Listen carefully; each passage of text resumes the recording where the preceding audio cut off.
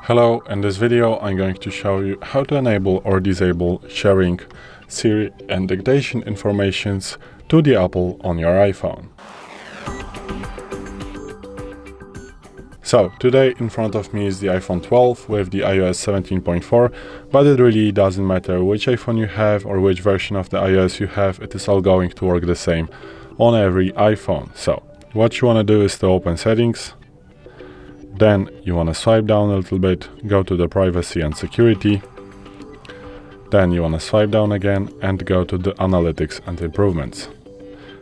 The fifth option here, you are going to find the improved Siri and Dictation. What it does, if you turn this feature on, it is going to send every information, whether you're using Siri or Dictation, to the Apple. So if you don't want to share your data about the Siri and Dictation to the Apple, just make sure this feature is off. Now when it's gray, it's off.